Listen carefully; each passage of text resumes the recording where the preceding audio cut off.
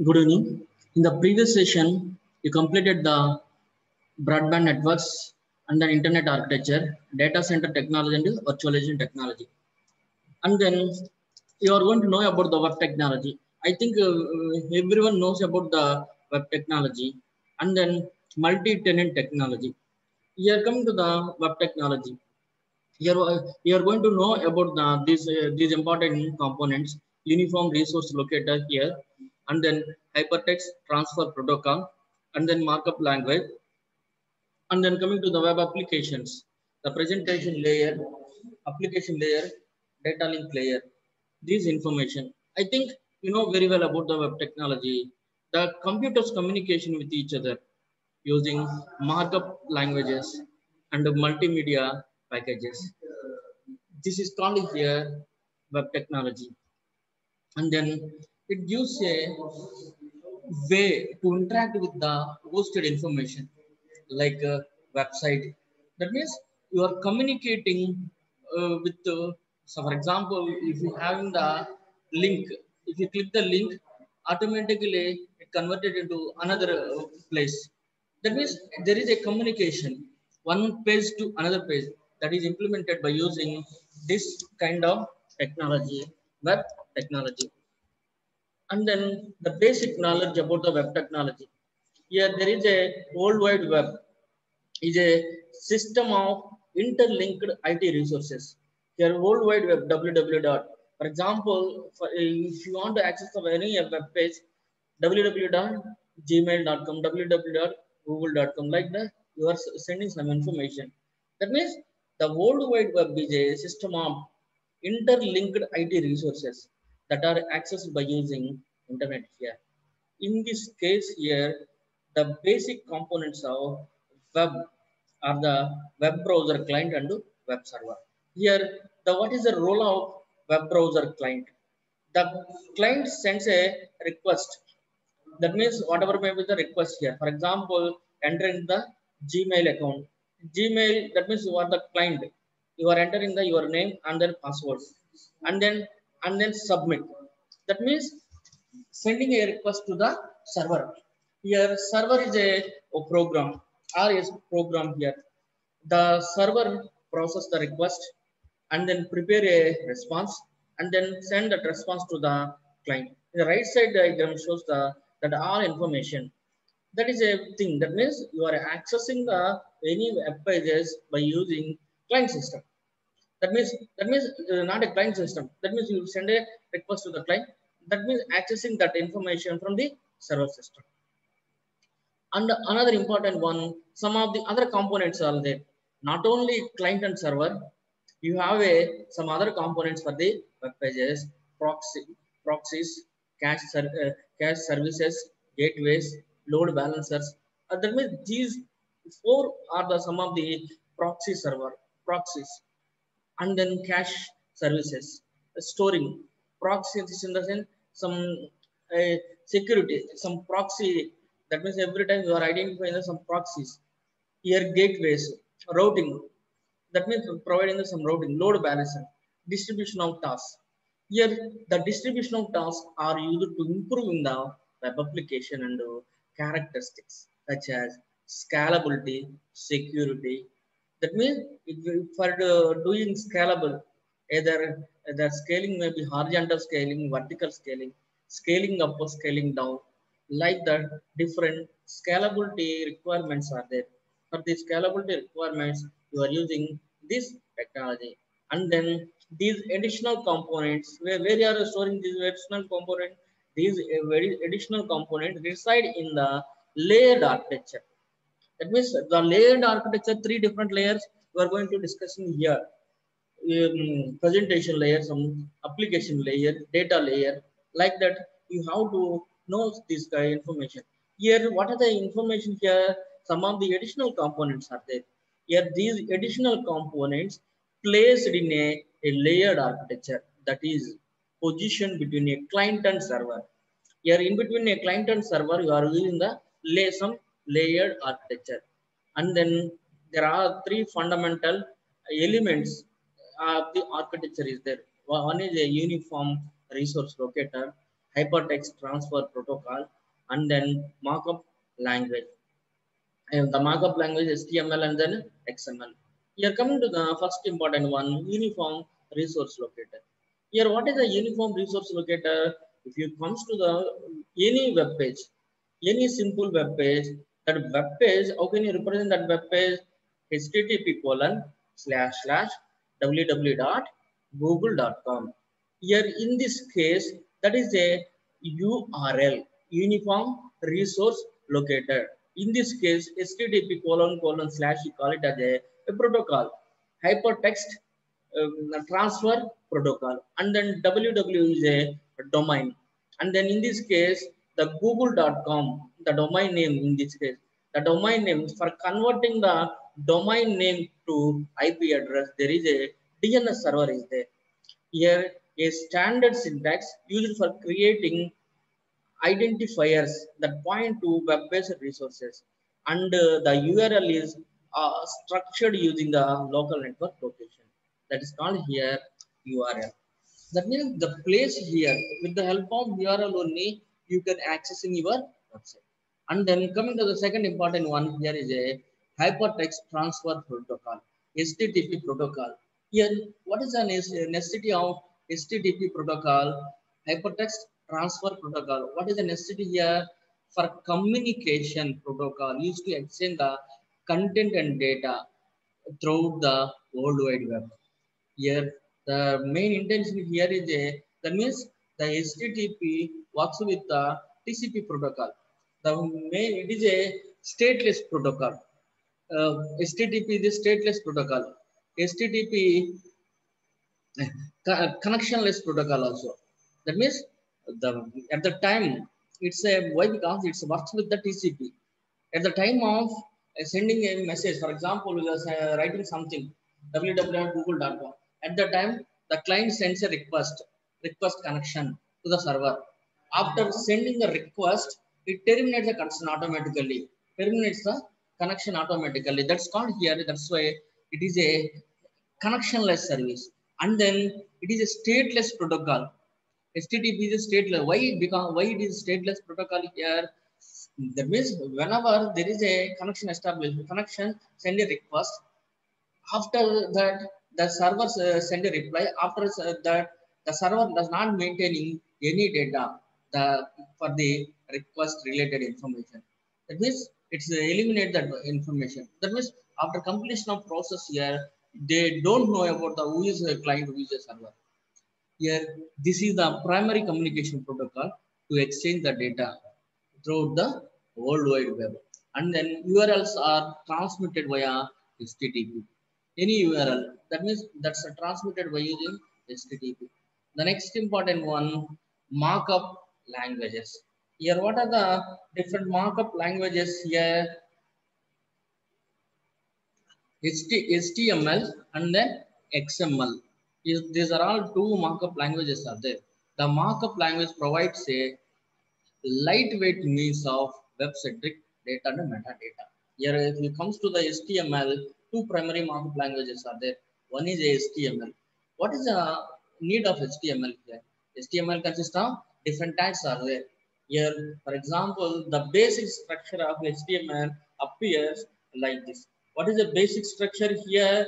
The basic structure consists of one is a HTML tag. After that, body tag. That means if you need write a some text tag, that not a text tag here, you need to write a some information. What is the information? Title tag. After that, you will write the header tag and then paragraph tag in the within a body, and then there is a head. Before that, before the body, you have a head tag is there. Under the head tag, you will write the title. That is this information. What is the main purpose of this HTML here? It is used to express the presentation of web pages. Here, that means web pages consider web page in the sense the combination of elements are there. Each and every tag you consider here as a element. A combination of elements are there.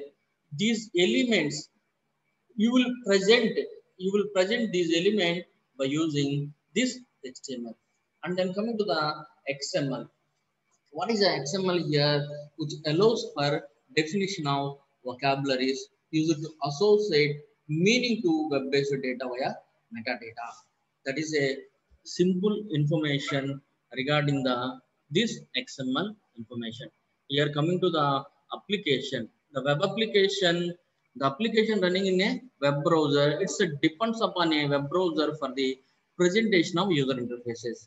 For presentation of user interfaces, you have a presentation layer, application layer, and then data layer existed. Here, the presentation layer. What is the figure shows the presentation layer? The presentation layer consists of web client, the presenting information, and then this application layer consists of web application server, or that means whatever may be the information existed in a server side. Finally, the data layer consists of data storage server. That means these three different servers are there. Here this presents a common architectural abstraction for web application that is based on a basic three-tier model. This is a three-tier model: the presentation tier, application tier, data link layer tier.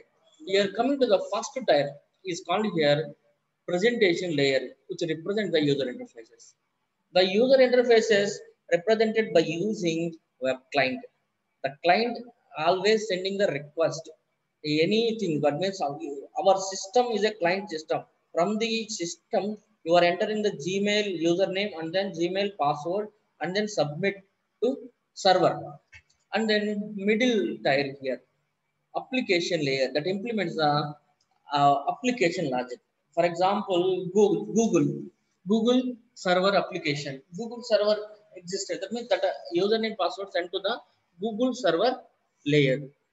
And then next important, the third layer here got the data layer. What is the data layer here? The data layer consists of persistent data storages. Here whatever may be the information, your username, your password sent to the server, sent to the server, the server store in a data storage server. And then the presentation layer has some components on a both client side and server side. In this case, web server receives a client request and retrieves a requested resources directly as a static web content and indirectly as a dynamic web content, which is generated according to the application logic. The web servers interact with the application servers. Application servers, that means simply servers. In order to execute the requested application logic, for this one, you are using this application logic, which is in which then involves the interaction with the one or more databases. And then platform as a service, a ready-made environment enables the cloud consumer to develop and deploy the web application. Here, PaaS offers the separate instances of the web server, application server, and data storage environment for these three environments. The next important one, multi-tenant technology. The cloud enabling technologies, the very important task here is a multi-tenant technology. Already you know very well of the multi-tenant technology. Different resources. That means what is the multi-tenant here? The multi-tenant technology in the sense multiple users share the same application. That is, for example, in the right side diagram shows the single tenant. One user share the one resource, another user share the another resource. But here, the multi-tenant application design was created to enable the multiple users.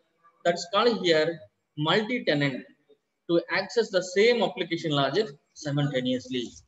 Here, at a time, it will access the multiple users, that enables some multiple users or multiple tenants to access the same application logic. That's called here multi-tenant application. Here in this case, each tenant has its own view of application. That is, uses, administer, customizes, as a dedicated instance of software, while remaining, for example, the remaining unaware of the other tenant. The other tenant don't know the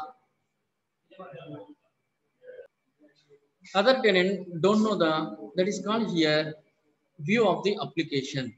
The while remaining the remaining tenants, you don't know about the different applications. That means unaware of the other tenant that are using same application. That means, for example, I'm telling you one thing here. Srivijayaniketan uses a, for example, Airtel application. Let us assume, and then SU University also uses the Airtel application.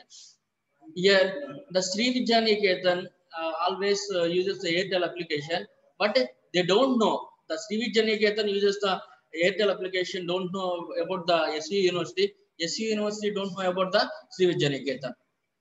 That means same uses the same application, even though they don't know about the these two colleges uses the same application. That is called here multi-tenant application. Here the multi-tenant application features are there. What are the features for the multi-tenant application? User interface, business process, data model, access control, usage isolation, data security. No, no, no. These four are the features of the multi-tenant technology. What are the four features? User interface, business, process, and then data model, access control. Here, the first one, user interface. Look and feel interface is there. The tenants can define a specialized look and feel for their application interface. The business process look and feel for their application interface. You are coming to the business process here. How can you represent the business process here? Based on the rules, logic, workflows of the business process. The tenants can customize the rules. What are the rules framed by the application? Logic, workflow of the business process that are implemented in a application. Whatever may be the information implemented in application, the tenant always customize those application. And then data model. The tenant can execute, then extend the data scheme. The schema in the sense overall design of a database. That means the tenants always the data model in the sense simplification of reality. Model. Model is a simplification of reality. In this case, the data in the sense facts. That means employee data, student data, like that. Here, the tenant can extend the data schema of application to include, exclude, rename field in a application data structure.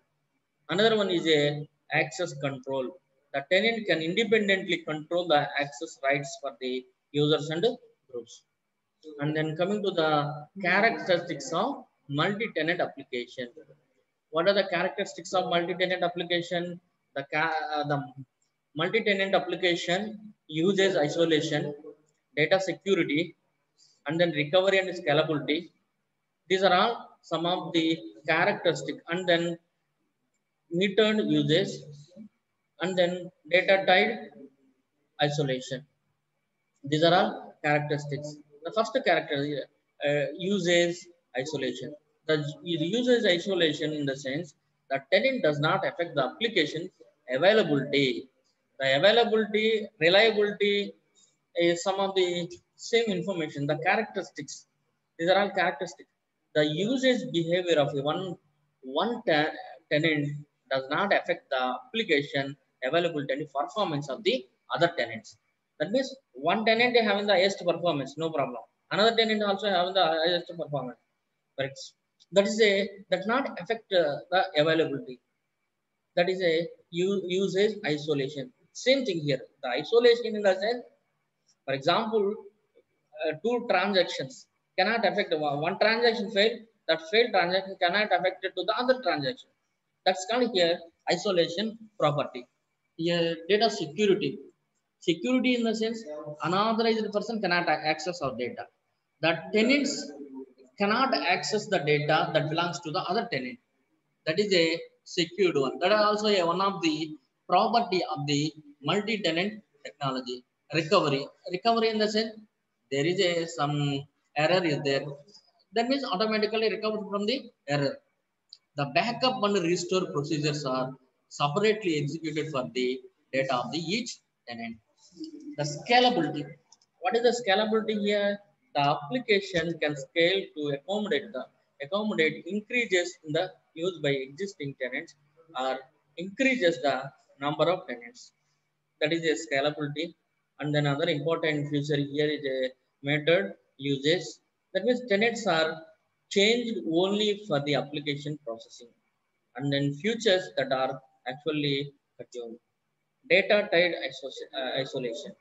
The tenant can have the individual databases, tables, and schemas isolated from the other tenants.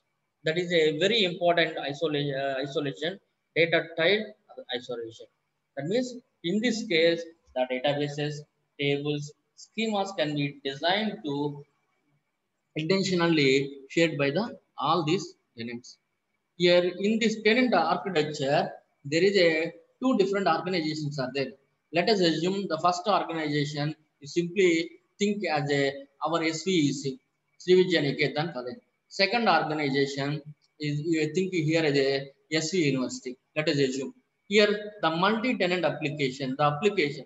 These two organizations share the same application. That's called as a multi-tenant application. And then here there is a hosting server is there in the cloud. Here the multi-tenant application that is being currently used by the two different tenants. This type of application typically with software as a service implementation. The software as a service implementation in the sense that user manage the only data. Best example for the software as a service, Gmail. User manage the only data, the remaining application, runtime, and then operating system, servers, and then virtualization, all everything managed by the vendor or providers. That is called here software as a service here. That means this type of application always, the multi-tenant applications always typical with the software as a service implementation. Here, multi-tenancy versus virtualization. Here, you know very well about the virtualization. The virtualization in the sense, multiple virtual copies of server. That means the duplication, the server duplication. The multiple virtual copies of the server environment can be hosted by a single physical server. For example, this indicates that virtualization. The left hand side indicates the virtualization. It created a different instances. There is a hardware. On top of the hardware, there is a operating systems are there.